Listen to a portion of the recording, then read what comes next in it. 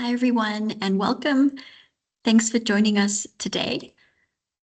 We'll just wait about a minute to ensure everyone can join us and connect, but it's really great to have you here.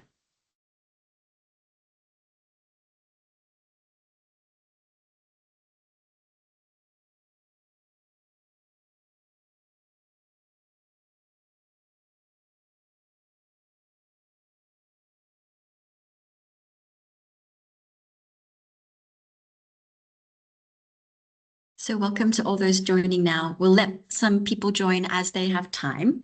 But let's begin. Thank you very much to you all for joining us. My name is Natalie. I work here at the UN Library Archives Geneva, specifically for what we call the Knowledge and Learning Commons, or the Commons. And this is our space that's really dedicated to sharing knowledge on questions of multilateralism. And we're very happy to be with you today for this online session. Thanks for joining us again, called Discovering Multilateralism, Explore Primary Sources on Multilateralism, from the League of Nations to the UN, or the United Nations. And we know that there are many of you joining from different universities across Europe, including as part of the 4 EU Plus Alliance universities. So it's really great to have such a diversity of students and other people, researchers and others joining us today. Our goal really in this session is to help you to understand how you can access and research multilateralism through the primary sources we have available to you here at the Library and Archives, specifically those online. And as I mentioned, these span from the time of the League of Nations to the work of the UN today. And before we kind of dive in and I introduce you to our speakers who are guiding you through this session, we first want to touch base on how we define multilateralism and give you also a brief introduction to the UN Secretariat. So here on the screen, you'll see how we define multilateralism. What exactly are we talking about? If we look at its strict definition, a quantitative definition, it's a form of cooperation between at least 3 states. But it does go beyond that. And another way to define it is the coordinated action of multiple countries pursuing common goals. We have a research guide actually on multilateralism that kind of delves deeper into the definitions and the principles on which multilateralism is based. We'll share that with you in the chat, but also in the slides we send after the session. We really encourage you to consult that for a much deeper understanding of what we mean by multilateralism. And so what does that mean practically in terms of organizations? The former League of Nations and the UN today are examples of multilateral institutions where multilateral diplomacy and action take place. And so in this presentation today, our speakers will be sharing some of the main documents produced by these organizations, which do highlight how they work multilaterally, how they've acted multilaterally, and then they become these objects of study, which you will hopefully use in your research as you research multilateralism. So before we begin, we also wanted to know a bit more about you, those who are joining us. So we're going to launch a little poll on the screen here where we ask you, why are you interested in researching questions related to multilateralism? Feel free to just click on the one that relates most to you and click envoyer or send. So are you here because it's for your university studies, your thesis? Are you here simply for curiosity? Or is there another reason you're joining us today? We'll give you just a minute to respond to that. There we go. Okay, so most of you we assumed have come from universities, so you're doing it for your thesis. If there's other people, if you've clicked other, please tell us in the Q&A section to the right of your screen as well. The reasons why you're joining us, we'd love to know why, so we can also help you and do the best to share information with you. There we go. It's changing a little. We've got quite a few responses coming in. But yeah, the majority are here because of their university studies and thesis. So thank you very much for sharing that today. That's very useful for us. All right, so there we go.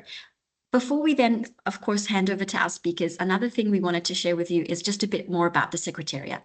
The Library and Archives is part of the UN Secretariat, and you likely know some of the 6 main organs of the UN, like the General Assembly and the Security Council. This is highly covered in the world today in news. But the Secretariat is also one of the main organs of the UN. And it essentially carries out the day-to-day work of the UN, mandated by the General Assembly and the other UN main organs. And you've heard of the Secretary General, likely, Antonio Guterres. He is the head of the Secretariat. And there are staff members working in duty stations all over the world. You'll see here on the screen an organogram of the Secretariat. Essentially, each department or office has a distinct area of action and responsibility, although they do in many ways work together. And you can see that we've highlighted that UN in Geneva, which is where we sit. But besides the New York headquarters, there are also 3 other major offices outside headquarters, Geneva being one of them, Nairobi and Vienna. And there are also 5 regional economic commissions. So we just really wanted to briefly kind of situate you as to where we are and how the Secretariat works. We will share after the session some links if you'd like to know more about the main organs and the Secretariat. So here you see on the screen a bit more about the Library and Archives. We were founded actually in 1919 as the Library of the League of Nations, and since then have become the Library of the UN. But for that reason, we house the archives of the League of Nations, but also the archives of UN Geneva and various other types of archives like international peace movements. And in our library, we have a range of resources from documents to books to ebooks, journals, covering all aspects of the work of the UN since 1946. So I'm going to pass you now to our speakers who are going to be sharing much more about this. I'm very happy to introduce you now to them. We have Hermine Diebot, who is the Chief of the Archives Management Unit. And we also have with us Cristina Giordano, the Chief of the Knowledge Services Unit here at the Library Services section. So I'm going to pass to you now, firstly to Hermine, who will be bringing you through the first part of the session. Bear in mind, if you do have questions, please put them in the Q&A chat. You'll see a Q&A bubble. Don't hesitate to write throughout the session if you have questions. We'll either get to them in writing, and we've got some colleagues here who can respond in writing, or we can respond verbally after the presentation today. So thank you, and over to you, Hermine. Thank you very much, Nathalie. So let's see what we are going to see during this hour. First, we are going to talk about the League of Nations and the UN. And after, we will define what are primary sources, especially we are going to detail archives, official documents, and publications. And we will go in a more deep aspect of principal types of official documents. And we will do 2 demonstrations. One of the UN Archives Geneva platform and one of the digital library. Let's start with the 2 multilateral institutions we are going to study today, which are the League of Nations and the United Nations, whose histories are deeply interconnected. The League of Nations is often regarded as the UN predecessor, and we have the privilege of managing documents and archives from both institutions, which reveals the continuities between them and between their records. Let's start with the League of Nations. The League of Nations was established in Geneva following the trauma of World War with the mission of maintaining world peace. As is the first international organization dedicated to preserving peace and promoting cooperation among states, the League marked a turning point in the institutionalization of multilateralism. For instance, it created a permanent multilateral framework for member state representatives to meet regularly and discuss major global issues on equal footing. And that's a concept that may seem standard today, but at the time of the League of Nations, it was revolutionary. Sadly, despite the League existence, it could not prevent World War II, and the League and the UN coexisted for a few months after the war, until the League dissolution in 1946. At this time, the League's assets were transferred to the UN, including the Palais des Nations and the library collections and the archives. Despite World War II, however, the idea of an international entity in charge of pursuing peace and international cooperation was not abandoned. World leaders such as British Prime Minister Churchill and American President Roosevelt believed in the need for a new, stronger organization after the war and carefully planned for it, even when the fight was still going on. The founding document of the United Nations, this new organization that they designed, is the Charter, and the charter was signed on 26 June 1945 at the UN Conference on International Organization in San Francisco and came into force on 24 October 1945. At the time, the organization only had 51 original members, which were mostly states that had joined in the fight against the forces of the Axis during World War II. However, Article 4 of the Charter clearly foresees a universal participation because it is open, the organization is open to all peace-loving states, willing to accept and capable to carry out obligations that are set in the Charter. Today, with 193 member states, we can say that this call for universality has been attained by the UN, which presents itself as the only real universal organization. The Charter also sets the mandate of the United Nations, and you can see the 3 points of it. First of all, the maintenance of international peace and security, the resolution of international problems of economic, social, cultural, and humanitarian character, as well as the promotion of human rights and fundamental freedoms for all. So what we see that the experience of the League of Nations left an experiment for building today's international system with the UN. And the UN has inherited many agencies which were initially created by the League. We have, for instance, the UNESCO, which comes from the International Institute of Intellectual Cooperation that was created by the League. The goal of the UN, however, was to overcome what was perceived as a League weakness, and their point was also to try to build a stronger collective security system that would avoid repeating a disastrous event such as World War II or another kind of world conflict. And what we'll see that the League and the UN have several common points. One of them is the activities that were initially managed by the League were also continued by the UN, such as the publication of official documents. And also we will see now how the structure of the organs of the League and of the UN is similar. In fact, when we examine the founding documents of these organizations, the Covenant of the League of Nations and the Charter of the United Nations, we see that they both have similar organs.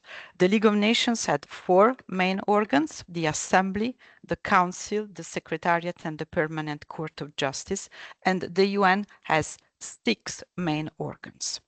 For the 2 organizations, we see that there is an assembly where all member states are represented on equal footing, each holding 1 vote. These bodies meet annually in regular session, normally starting in September of 1 year, to discuss global issues and promote dialogue. The UN General Assembly is the organ in which has the largest competence and can discuss any issue within the scope of the Charter.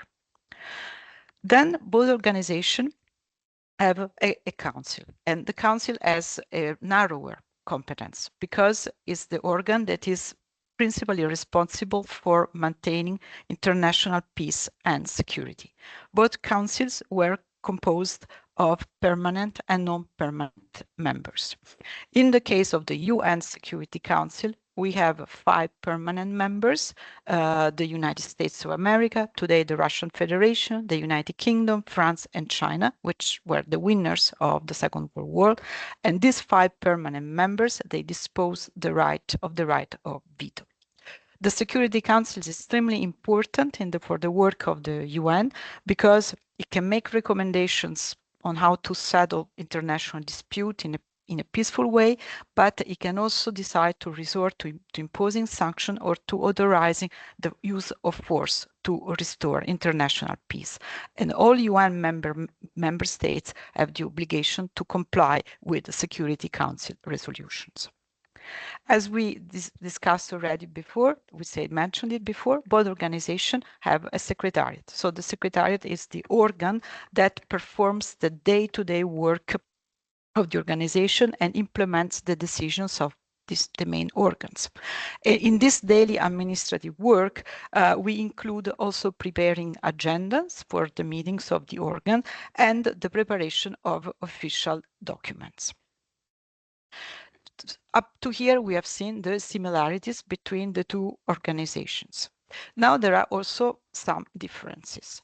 For example, in the economic and social field, the League organizes its functional activities by sections, while the UN has a specific organ dedicated to that, the Economic and Social Council, whose function is to coordinate activities in these fields.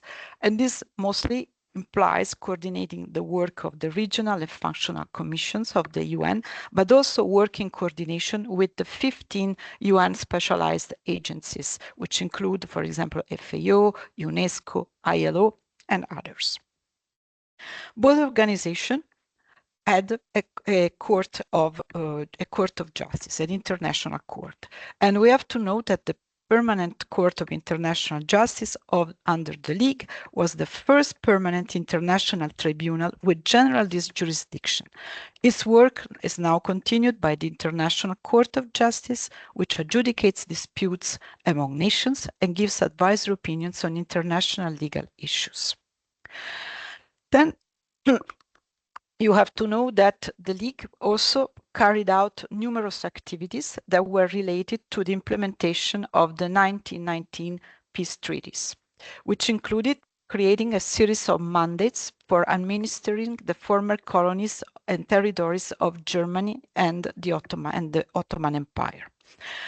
The League of Nations mandates activities was transferred to the United Nations, in particular to an organ called the Trusteeship Council, whose goal was to ensure that trust territories were administered in the best interest of their inhabitants. However, all trust territories have now attained independence, and the Trusteeship Council has suspended its activities in 1994. Thank you, Christina. So now we are going to focus on primary sources, which are the documents produced by the League of Nations and by the UN, and which include unpublished material, which are the archives, and published material, which are official documents and the publications. Each type of document serves a specific purpose, and we will start by defining the archives. So, if we go to the next slide, please. The archives are the documents produced or received by an organization or an individual during its daily activities. In the case of the League of Nations and the UN, these documents are often unique because they are unpublished documents like letters, draft reports, or memoranda. The archives provide evidence of activities which occurred in the past.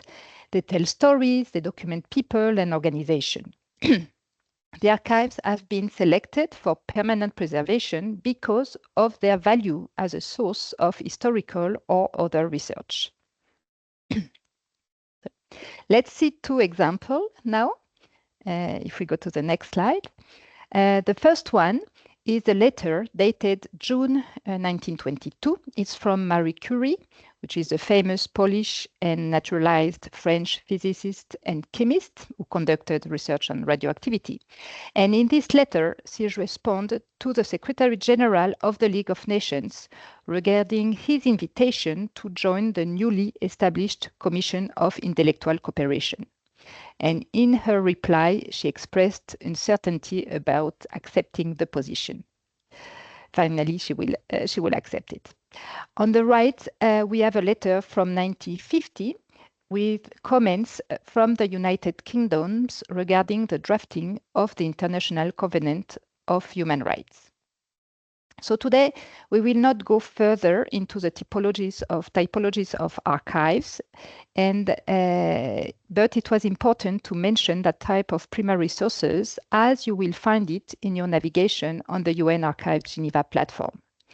And today we will continue to focus on the published documents of the League of Nations and the UN, starting with the official documents. Thank you, Ermin. So now we are going to examine some of the characteristics of the official documents that were common to the League and to the UN documents. First of all, you have to know that these documents are designed to serve the work of the deliberative organs of the organizations. So they are documents that serve to this organ to examine some global issues and take an action, a decision on them. In this form, you will find reports, resolutions, and meeting records. All these are in the category of the official documents. Since these documents are linked with the official activities of the organization, they are also published in all official languages. The League of Nations had two official languages, English and French. The United Nations has six, Arabic, Chinese, English, French, Russian, and Spanish. Next slide, please. These documents are also have some elements that make them easily recognized as official documents of the organization. And some elements are in common, you would see from the League and from the United Nations. First of all, each official document is identified by a unique document symbol, which normally you find at the top right of the document itself. The document symbol is extremely important. It is the key for retrieving the document. Once you have the symbol, it's very easy to find the document you're looking for, either in paper format or online if it's been digitized. And also what you have to know is that the symbol remains the same for all the various language versions.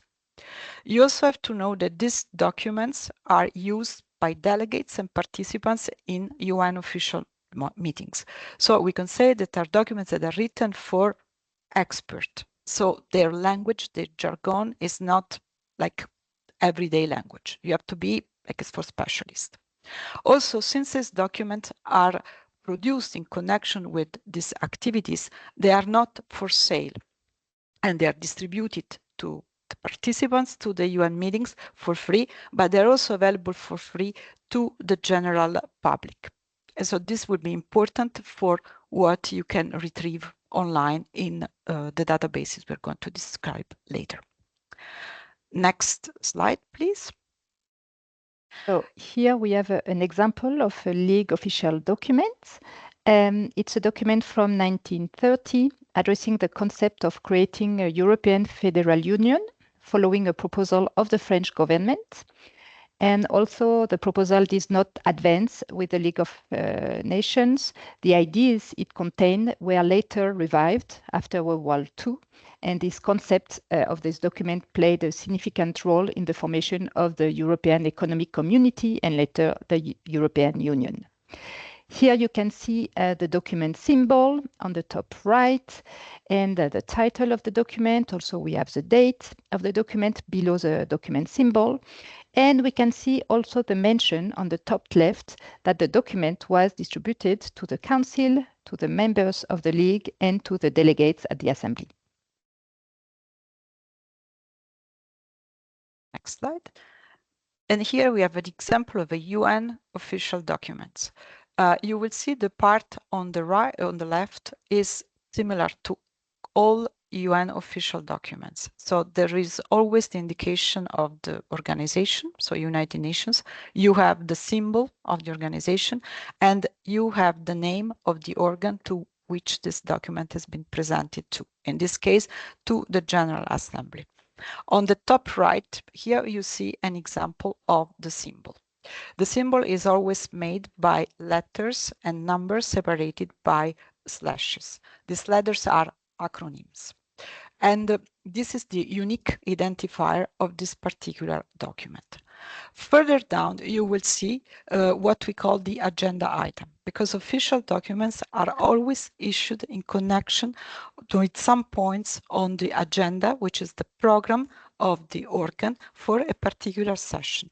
So we will see that this document has been issued in connection with the point 123 of the agenda item of the 79th session of the General Assembly, a point that is called the strengthening of the United Nations system.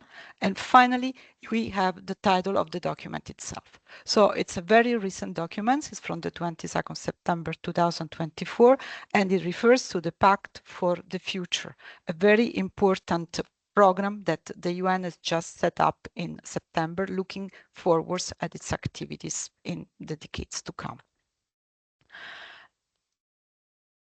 Now we could have a look at the principal types of official documents more in details. We have already mentioned that in these categories you can find meeting records, resolutions, but also other kinds of documents such as reports and letters.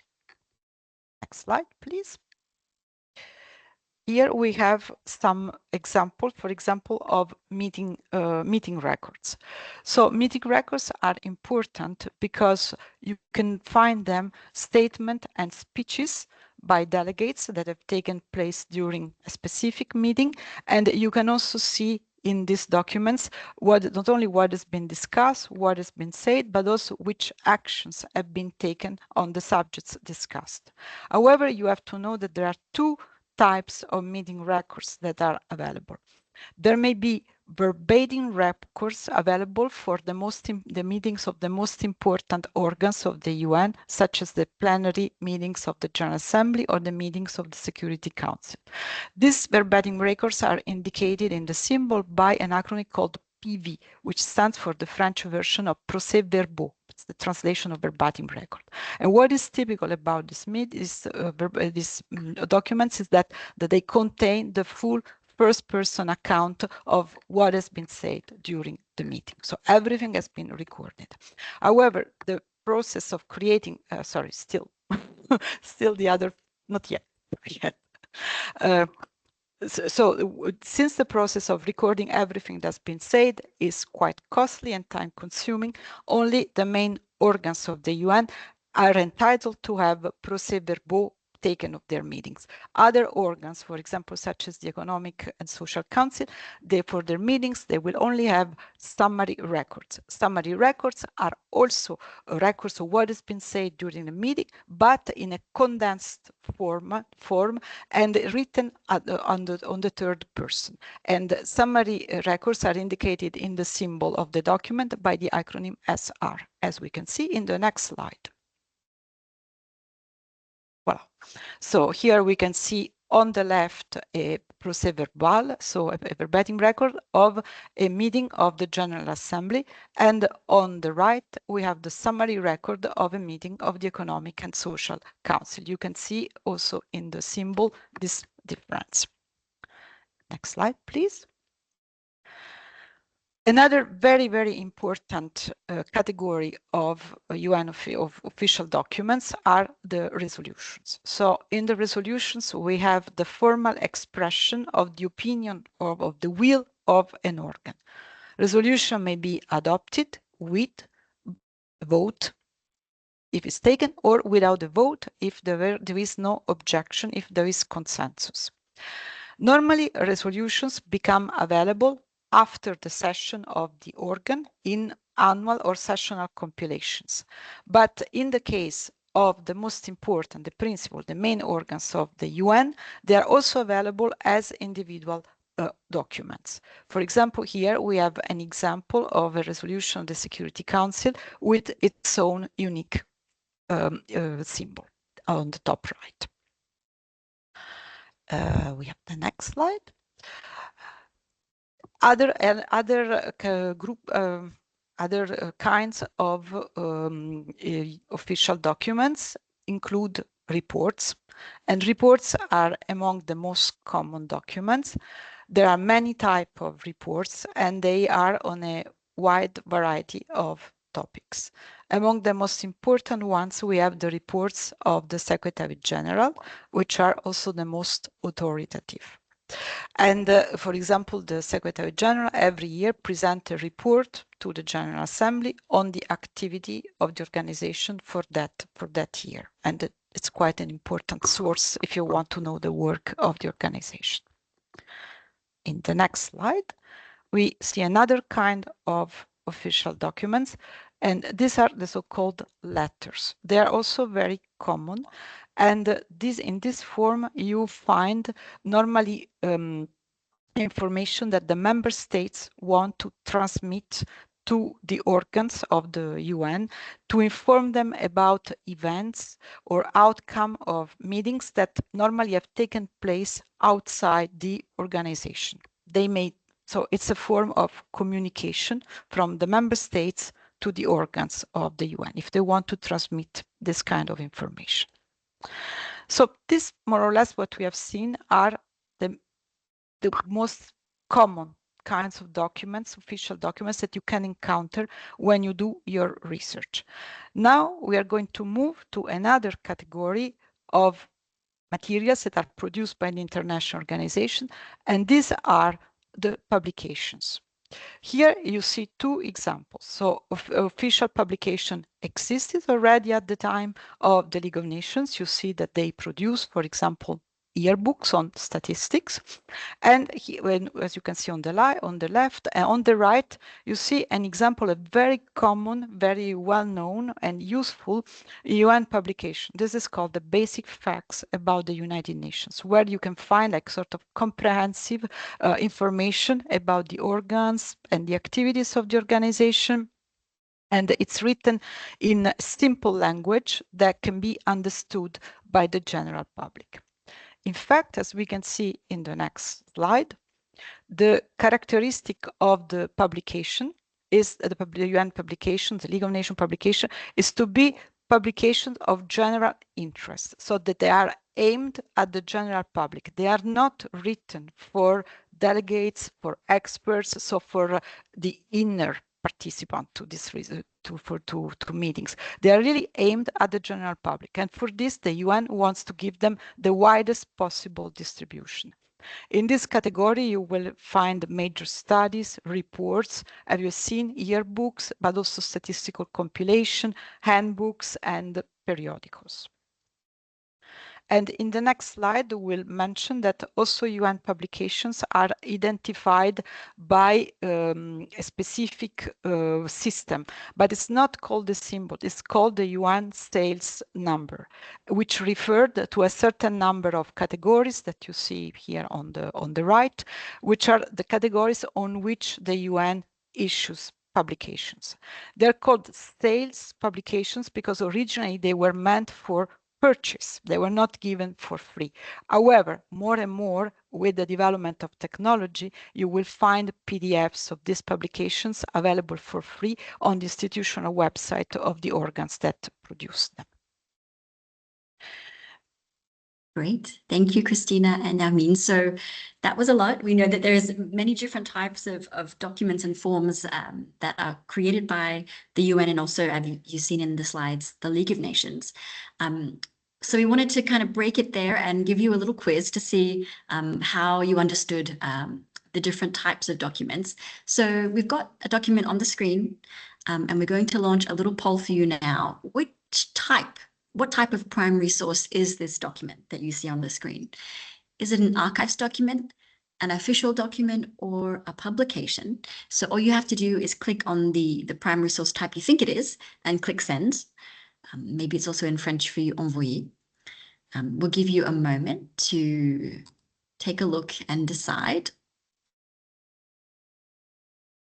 What have we got here? Some people are saying it's an archives document. Some are saying it's an official document. We'll give you another minute just to take a look at that one and see what you think. No response is bad. It's a good time to just test our knowledge and see how we can learn from that. Okay, there's still some responses coming in. Not too late to join in if you want to. Okay, thanks for all of you for participating. 67% think it's an official document and 33% think it's an archives document. Christina and Hermine, what is it and which type? Which primary source type is it? It's an official document. Official document. Great. Could you share a little bit more about why? But we've seen we have this, you know, what we say, no, that it's as this indication that it's below caps from the UN, from the General Assembly. But also one thing that we have said at the beginning is that archival documents normally are unpublished and they are unique document. This one you can see it's something that has been published. It has a general distribution, so it's linked to a session of the General Assembly, the 73rd session. So it's not unique. It's something that will be circulated in many copies to the people to participate to this session. So it's really a document of, for the work of the organization, for the official work of the organization. So it's not unpublished. It's something that has been published by the UN. However, we have to say something that it's a little bit sometimes confuses people, is that they think that UN documents, official documents, are archives. Maybe in some libraries, that's the way it is organized. But in our libraries, for example, the UN official documents are part of the general collection. They are not part of the archives. And maybe Hermine wants to explain more what is in the archives. No, that's perfect. I think it was a very good explanation. Thank you. Thanks for sharing. And we know that was quite a lot of content. So you will be getting these slides and all of the links that are in these slides after the session today, if you'd like to consult them again. But now that we've seen the different types of documents, let's now take a moment to look at some of the platforms where you can find them online, and we'll do a little demo to help you to be able to do this in your own time. So firstly, to Hermine, who's going to be showing you the UN Archives Geneva platform. Hermine, over to you. Thank you very much. So if you want to connect to the Archive Geneva platform, you can go on archives.ungeneva.org. Meanwhile, I will share my screen to make you this demonstration. So you will find the league's official documents and publication on the UN Archives Geneva platform. And in this platform, you will find also description and in specific cases, full text of digitized documents managed by the UN Archives Geneva. On the blue box here on the left, you can consult the 5 categories of archives that are preserved at the UN Library and Archives Geneva. So we have the League of Nations archives, UN Geneva archives, we have some private papers, international peace movement, and we have some additional collection. Today, we will focus on the League of Nations archives. And for you to know that the League of Nations archives have been totally digitized, so nearly 4 million pages after a 5-year project, and they are all available on this platform. Among these archives, we will find the collection of official documents. It represents around 120,000 documents, so it's quite important. You will see that these documents are organized in 3 views, in 3 structures by series. Here you have the option to open this 3 view, and you can see the different series under the collection of the official documents. These series are arranged around 4 main topics. So first, we have the institutional structure of the League of Nations. So now you know there is a main bodies with the Council, the Assembly, the Secretariat, and you will find also document on ancillary bodies and institutions connected with the League of Nations. We have also the financial administration and bodies dealing with various League of Nations constitutional questions. Then we go to a second topic, which are the League activities related to peace treaty. So here we will have the supervision of the mandate system, the protection of minority, the protection of the Free City of Danzig, and the administration of the Saar territory. After we go to the third topic, which are the efforts of the League in maintaining international peace and security. So here you will find documents on disarmament, on collective security, on political dispute, and other various political issues. And lastly, we will find the topic which concern the functional activities of the League. So here you will find different aspects, economic, social, humanitarian, cultural, legal, and it's where you will find the document linked to this topic.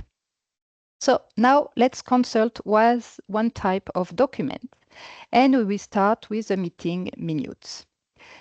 For instance, we can find the minutes of the Assembly of the League of Nations. So if you click here on the series of the Assembly, you will see lower levels, and you will see that the documents are organized by session of the Assembly. If we continue to click on this tree view option, you will see that under the first Assembly, for instance, we will find the plenary meetings, and which we can open, so we can go down in the hierarchy, and under it, we will find the minutes. When you will reach the lower level, you will be able to download the document of your interest. Today, the internet is a little slow, so generally it opens very quicker. That's what we have today. So we are in 1920, and we want to consult the minutes of the plenary meeting of the Assembly, which is the first Assembly of the League of Nations. When you reach the document, you will be able to see the description of the document, and you will have a thumbnail allowing you to download the document. When you click on the thumbnail, you will have a window asking you to accept the copyright notice, and you just have to accept it, and then you will be able to download the document. Here is the document. You can see that it's a heavy PDF, heavy document. It has nearly 800 pages, and it contains the proceeding of the First Assembly, which took place from the 15 November to 18 December 1920 in Geneva. You can see that it includes the meetings in both English and French, as Christina mentioned. That were the two official and working languages of the League of Nations. Let's go down in this document to go, for instance, on the speech which was given by Mr. Mota, who was the honorary president of this assembly. And in this speech, he opened the session of the assembly. And here it's a good example of a verbatim record, that what Christina has explained in the last section, because we can see that the speech is transcribed in the first person. If we take the first sentence, for instance, we have, on behalf of the Swiss people and government, and as president of the Swiss Confederation, I cordially welcome this distinguished assembly. So the minutes are written at the first person, and we know that each word of the speech has been transcribed in this document. So as we mentioned that this is a document, for instance, which is quite heavy, a lot of pages, you may want to find a specific topic in the document. And in that case, we can use the option of Control F to perform a search within the PDF. And let's say that you are interested in the topic of Latvia at that time. You will be able to see the result where Latvia has been mentioned. And here, in this case, Latvia requests with other countries to be admitted to the League of Nations in 1920.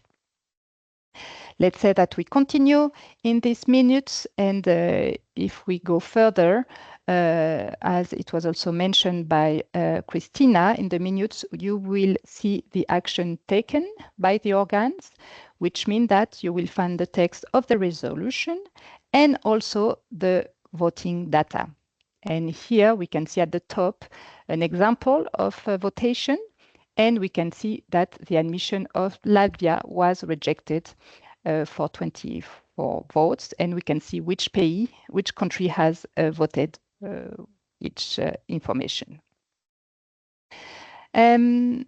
Now that we have seen this example of minutes, let's go back to the platform to search in another way, to perform a search in this collection.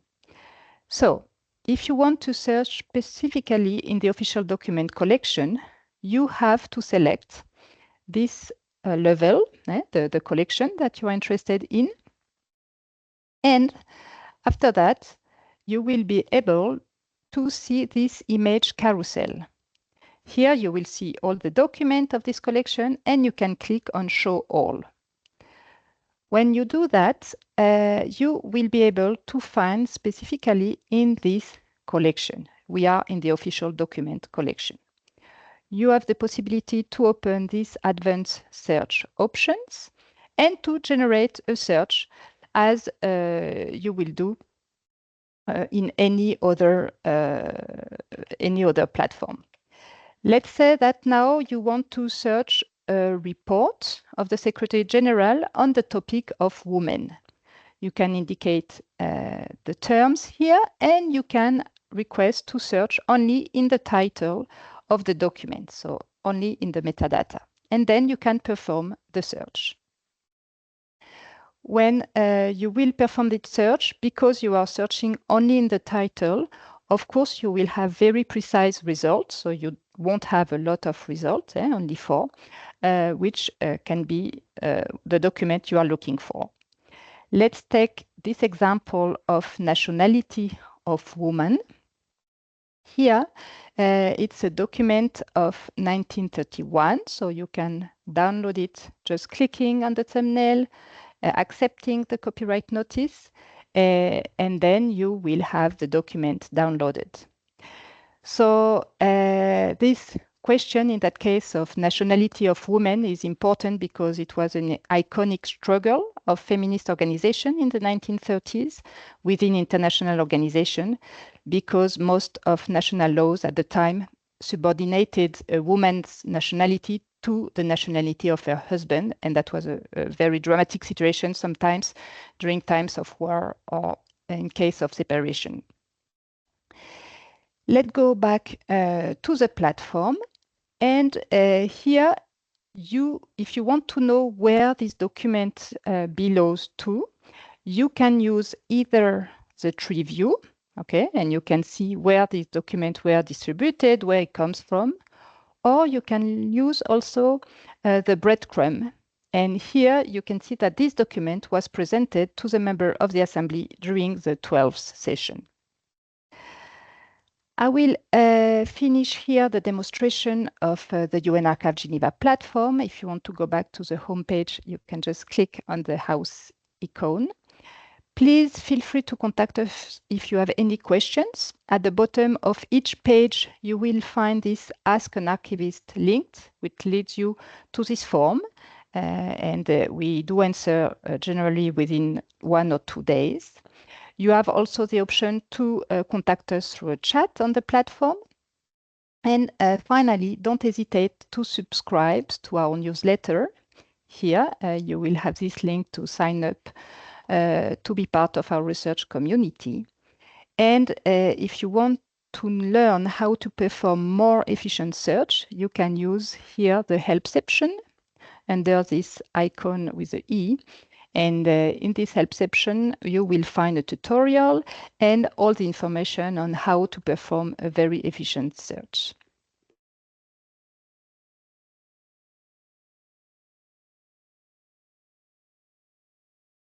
So thank you very much, Hermine, for this comprehensive presentation. Now we're going to have a look at another platform which is specifically devoted to UN materials. It's called the UN Digital Library. This is a database where you can search and where it's your one access point if you want to find UN documents, UN publications, but also other kind of information. For example, how resolutions of the main organs have been voted, so voting information, and speech records. For example, where certain speech, if you want to know which representative of member states has spoken, in which session of the General Assembly, for example, you have the possibility of doing so. It also is a database that contains other kind of materials, like, for example, a collection of UN digitized maps, or the links to what is called the UN Oral History, which is a project with the interviews of people who held important roles in the life of the organization from 1945 to 2005. So it's a database that it's very, very focused, very, very specific for UN materials. And here you have the address of the database. So if you want, you can already connect to that, and we will have a look together. On the next slide, we will issue like a little warning. So you have to know that the UN has been in existence for a long time. Next year, the UN will celebrate its 80th anniversary. So you can imagine that during all this time, has produced millions of documents. Here we have mostly discussed the documents of the main organs, but the main organs are assisted in their work by a plethora of subsidiary organs that also produce official documents. So not all these materials is available online. The UN has actually started producing online documents in electronic format from 1993 onwards. So from 1993, these documents are born digital and they are available online in the digital library. However, from the period 1946 to 1992, not everything has been digitized yet. There have been some collections that have been digitized. For example, the resolutions of the main organs are all available online from the beginning in the digital library. We have also the documents of the Security Council that are available there, and the meeting records of the plenary meetings of the General Assembly, as well as the so-called annual supplement to the General Assembly official records. For the other documents, for documents from other organs, they are being scanned and they are made available slowly by mostly the two libraries in Geneva and in New York, but they can also be made available on an ad hoc basis. So this is also to let you know that if you don't find a document that you're looking for online, it's not terrible, because you can always contact us in Geneva, and we will see at the end our contacts, and we can we'll do our best to get you the document in electronic format, which means that we can also digitize the document itself for you, and normally we'll put it in the digital library so it will become available for everybody. Now, what I would like to try to see, if I can share my screen, I can show you the digital library from closer. I don't know if you can see my screen. Can you see my screen? No, Christina, we can see a different screen. Okay, that's not maybe good. try again and open Chrome where you have the digital library. Yeah, here it is. And let me see now. It's gone up. Let me see if I can go back to the presentation where I was. Or maybe, let me see. Oh, that's bizarre.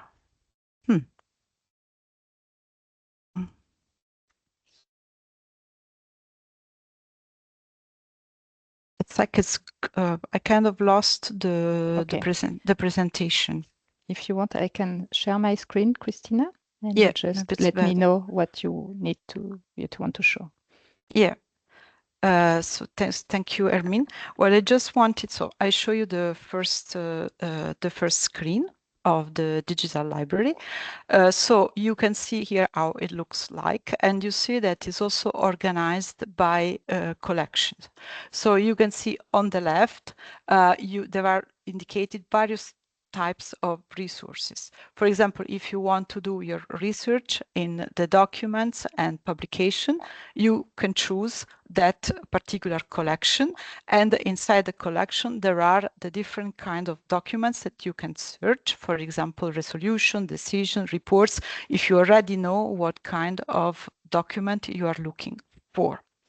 If you can come back to the other, thank you. On the right, you see the UN bodies. So for example, you can look, if you're looking, you know that you're looking for document of the General Assembly, you can already choose and go into this category. So this is, if you want, if you already know, it's very important when you do research in the UN documents that you narrow your research as much as possible, because it will give you more relevant results. Now, however, for the sake of this presentation, we are going to do a general search. So we will explore if there are documents, for example, on multilateralism in the United Nations Digital Library. So we just do a very broad search, and the system will retrieve documents that things are more relevant. However, on the left part of the screen, you will see that there are what we could say called the facets. So this part on the left allows you to pinpoint the your research. So suppose we want to see if there are resolutions of the General Assembly on the topic of multilateralism. And so here, as Hermine is done, we can choose the resource type resolution, and we can put UN body, the General Assembly. So what we find, it's a list of resolutions, and we have one that has established an International Day devoted to multilateralism and diplomacy for peace. If you just go back, Hermine, for a second. I just wanted to show you on the right, you see this icon, multiple files. When you see that, it means that the full text of this resolution is available. When we look into the record, into the description of the resolution, we find first the title and the indication that is when this is a document of the 73rd session of the General Assembly that spanned 2018 to 2019, and the resolution was adopted in 2018. Later on, we have the various linguistic versions that are available for download, and then we come into the part where there is the description of the document itself. So you could see that this, all UN official documents are described, and they have this is a description that is a little bit different from the description of books, because there are specific fields for these materials. So it's a database that is extremely specialized and has been set up specifically for UN documents. So first of all, you see the symbol, which is the unique identifier of this document, then the title, again, the possibility of accessing the various linguistic version. Then you have the date when this resolution was adopted, the 12th of December 2018, and also you have the voting summary. So you know that this resolution has been voted and who has voted in favor, against, or abstained. Then if you want to see the details, which state were in favor or against, you can go into the other part of the digital library, which is the voting record, and with the symbol you will retrieve the specification. Also, you will see here information. So this is why this database is extremely useful, because it puts together a lot of different documents, not just the text of the resolution, but it will also give you information about how this resolution has come to be. So here, for example, you have the links towards the drafts of the resolution. So the project of the resolution as it was first introduced to the General Assembly. So then it's been discussed and then it's been approved. So here you have the links toward the draft, and then you have the links to the meeting records, the famous PV document where you will have all the record of what's been said and how this resolution has been discussed and approved. Then you have information about the author, which is the General Assembly considered, and also you have something here that we mentioned. It was the agenda information, which was the point on the agenda, the program of this 73rd session, on which this resolution belongs to. So it's a point 15, which is the culture of peace, on the topic of peace. So you see how multilateralism and peace are linked together. If Ermin kindly can click on this link, we will see on the link to the agenda, you will see that here there are many more documents that are linked to this topic, to this topic. So in a way, also through the agenda point, you can retrieve other documents of the session that talk with that.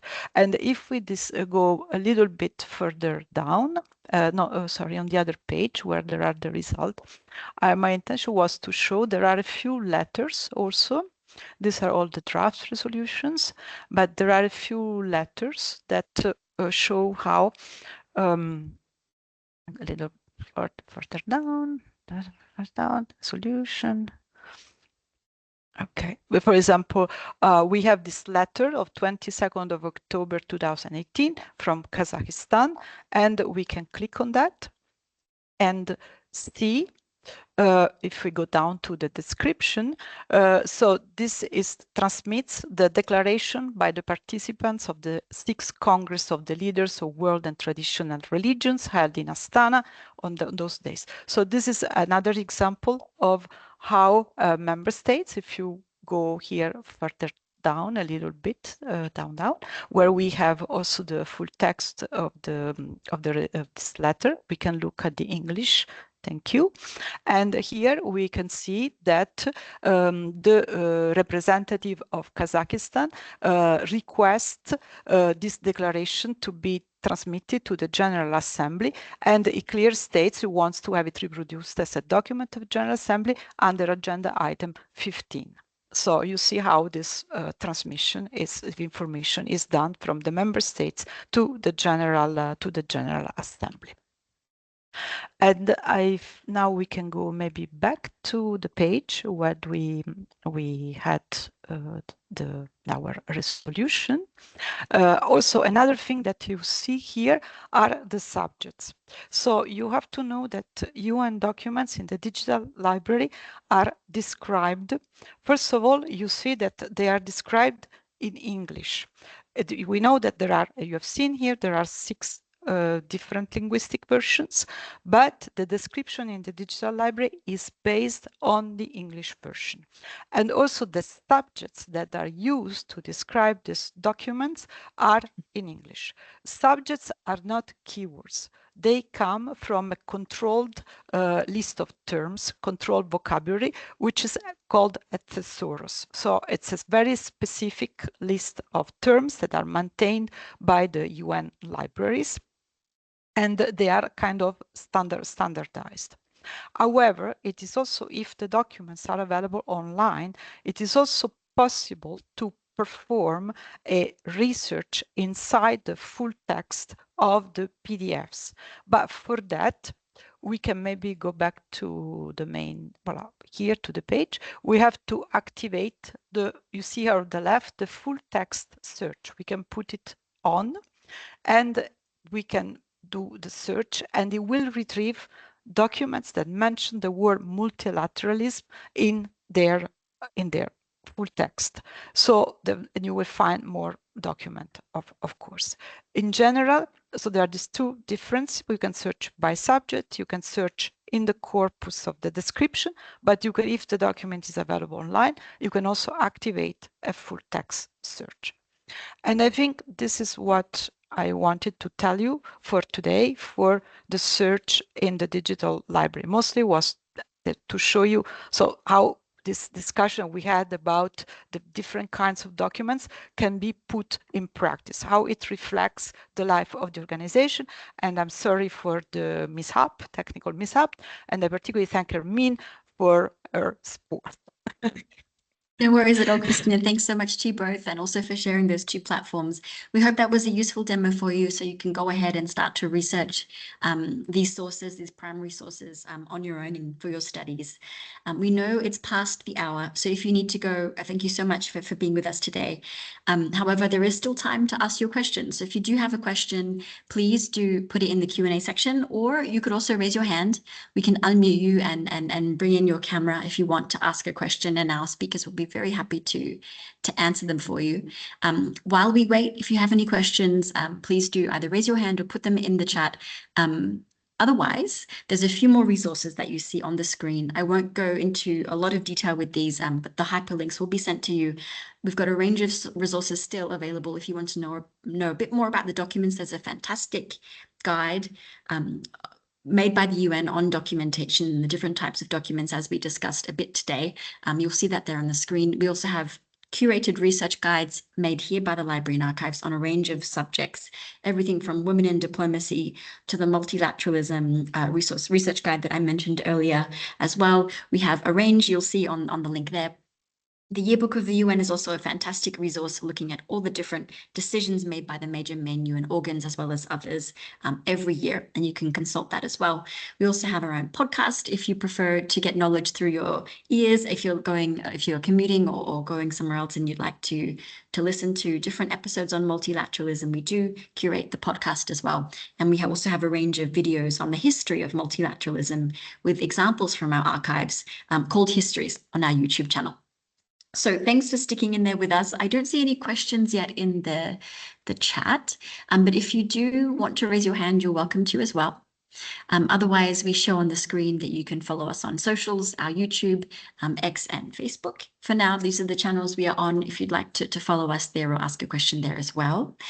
And then maybe while we're here, and just to make sure that we get your feedback as well, of course, if you have questions, don't hesitate, but I'm going to launch here as well a little poll. If you have time to answer that before you go, we'd love your feedback so we can improve.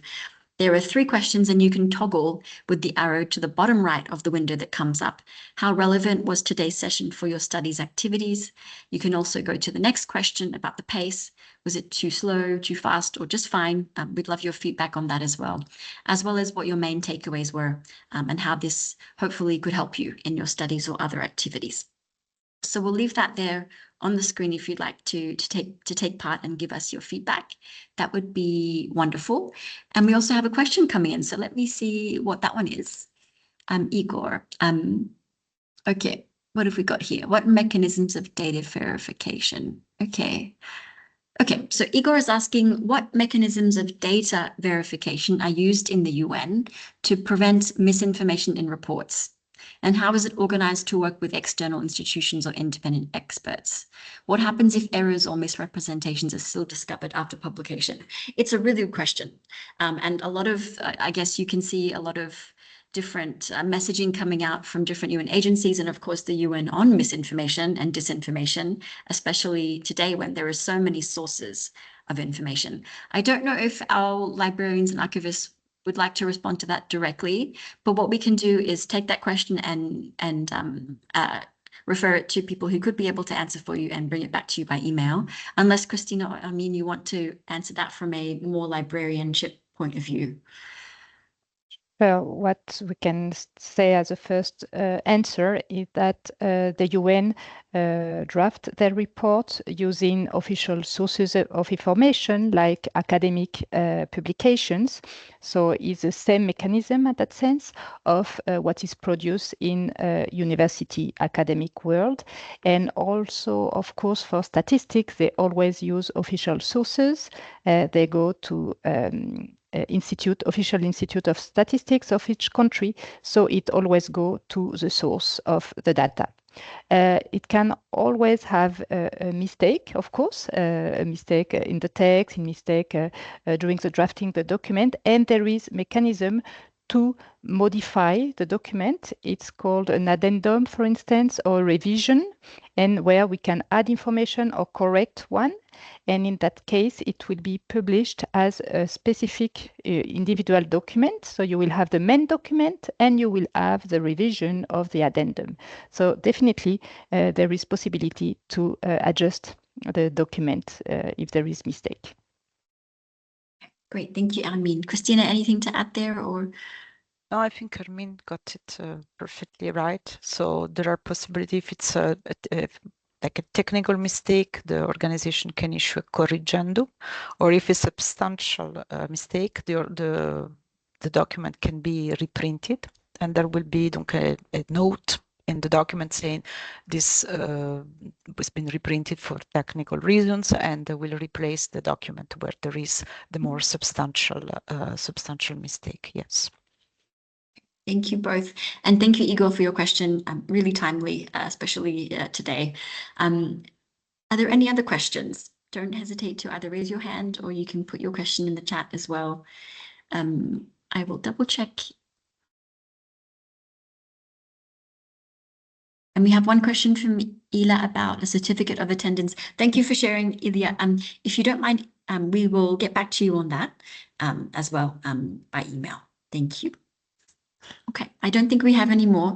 Thank you so much for your time today and for being here with us. We hope that it was a useful session for you. If you have questions, please ask a librarian or an archivist. We'll see on the screen here the link to that. We'll also send it to you after the session. Otherwise, we wish you all the best as you continue your studies for most of you or your other activities. And thank you, and hope to see you next time for another session. And bye for now from all of us. Take care. Thank you. Have a nice day. Thank you. Bye. Thank you. Bye. Thank you. Thank you.